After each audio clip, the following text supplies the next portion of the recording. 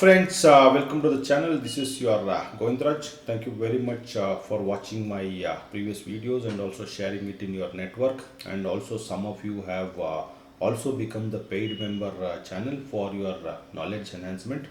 And as I have told you in the previous videos, today this channel has got more than 250 videos, and out of which more than 50 hardcore technical videos with case laws and other detailed explanation are available in paid channel.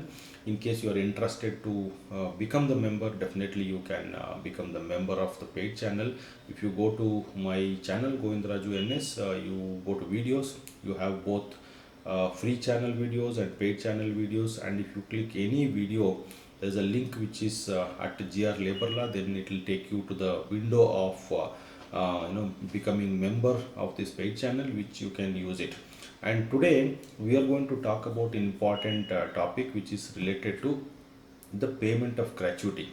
Under Payment of Gratuity Act 1972, if you have worked for an establishment for continuously 5 years and you leave the establishment, and in case of death or disablement, even without completing this condition of 5 years, then you are eligible for the payment of gratuity. You or your nominee, whatever the case be, you are eligible for payment of gratuity and from your employer. So the definition of payment of gratuity is, you get a 15 days of wages for every completed year of service, and it is calculated mainly on basic and DA into 15 divided by 26 into number of years of service. That is a simple calculation of gratuity under the Payment of Gratuity Act. Now this important video, what I am going to address is whether your employer can hold, deduct or adjust or even forfeit gratuity. Forfeit is nothing but confiscating or depriving. If your employer has got this right, under what circumstances? So many of the cases we know that the employer and even the employees ask questions that whether gratuity can be adjusted to your notice pay or your loans, or if you have caused any loss or damages, if your employer can adjust these amounts to the payment of gratuity. So that is our important topic. While narrating this provision, I will also take you to the key provisions of the Payment of Gratuity Act, and we will also see if there is any comparable provisions in the Code on Social Security 2020.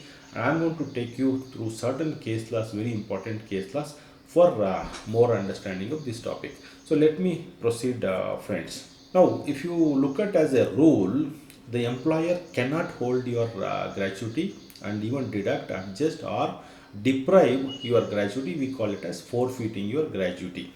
And the Payment of Gratuity Act is so beautiful in the welfare of the employees. Even when you don't apply for gratuity, it makes the employer as responsible to calculate the gratuity and to give notice to employees or the person entitled and pay the gratuity within 30 days from the day it becomes payable. So these are the provisions under the code, under the Gratuity Act, as very clearly have written under section 772 and 73. In case of code, it is section 56.2 and 56.3.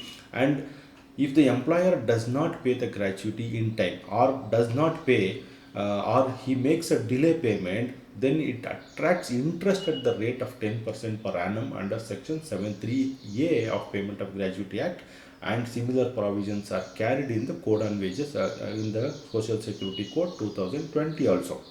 And even further, one more step, non-payment of gratuity attracts compound interest up to the amount of gratuity payable under section 8. So if he is not going to pay, then it attracts compounding wages also. Now the gratuity is also very importantly protected from any attachment in execution of any decree or order of any court, whether it is civil court or revenue or criminal court. So this is also very importantly protected under section 13 of the Payment of Gratuity Act. Now, importantly, I would like to give you an observation or the order of the Supreme Court in the case of Gorakhpur University versus Dr. Shitla, Prasad Nagendra in 2001. The Apex Court held that pension and gratuity are no longer matters of any bounty to be distributed by the government, but are valuable rights acquired and property in their hands. So it is like a property in the hands of the employee. Like you have other properties, gratuity is also a property. And any delay in settlement and disbursement whereof should be viewed seriously and dealt with severely by imposing penalty in the form of payment of interest. So this case, while setting aside the withholding of gratuity for not vacating the quarters. So this is the important observation made by the Supreme Court. So therefore, what I am telling you is your gratuity cannot be adjusted to any notice pay. It cannot be set off against dues payable by the employee. Your employer cannot withhold for not settling the dues, and he cannot adjust or withhold for not vacating quarters. It cannot be attached, even it cannot be adjusted to the loan. It cannot be reduced. It has to be paid in line with the provisions of the act and the code, and it cannot be delayed. If it is delayed, then the interest and the compounding interest will attract, and it cannot be withheld even there is a criminal case pending on the employee. So this is the status of the law. So if the status of law and the provisions are like this, when your gratuity can be delayed or forfeited, whether employer has any responsibility or the right in his hands to deprive your gratuity. So let's look into this topic also. When employer is unable to pay gratuity due to the fault of the employee, see, some cases what happens that the employer gives a notice and the claimant is not clear, and the details of the employee is not given to the employer. In such a case, if the delay of payment of gratuity is due to the employee only or the person who is entitled, then he can delay the payment of gratuity provided he takes the express permission from the controlling authority. So this is very clear under the proviso to section 7(3) of the Payment of Gratuity Act. And another important provision where in another circumstance where your gratuity can be withheld is if your services are terminated for any reason specified under section 4(6) of the act. So there are certain reasons. If your services are terminated for these reasons, the employer has got authority and right to withhold or forfeit your gratuity. So this section 4(6) is very important. There are two circumstances where your gratuity can be withheld. One is if your services are terminated for any act which causes damage or loss to the employer. So under this circumstance, up to the loss or the damage, employer has a right to forfeit your gratuity. Another case is employer has got right to forfeit either wholly or partially if your services are terminated for any riotous or disorderly conduct or any other act violence on his part.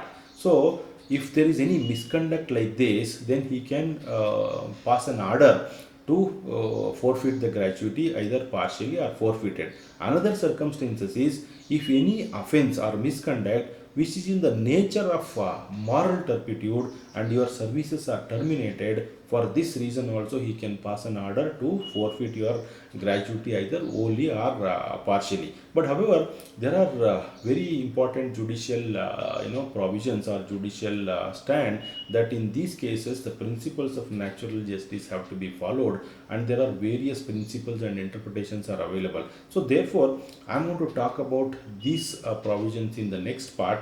In case if you are interested, the video is available in paid channel, and you can watch this video for more details. What are the conditions for forfeit, and what are the principles have to be followed, what is the judicial trend is talking about, and what is the comparable provisions in the Payment of Gratuity Act as well as the Code on Social Security. So these are the provisions which I am going to talk about in the next part, which is available in the paid channel. So if you are interested, you can become the member and also watch this completely the video. So friends, thank you very much for watching this video, and I will see you soon in the next video, friends. Until then, I will sign off and see you soon.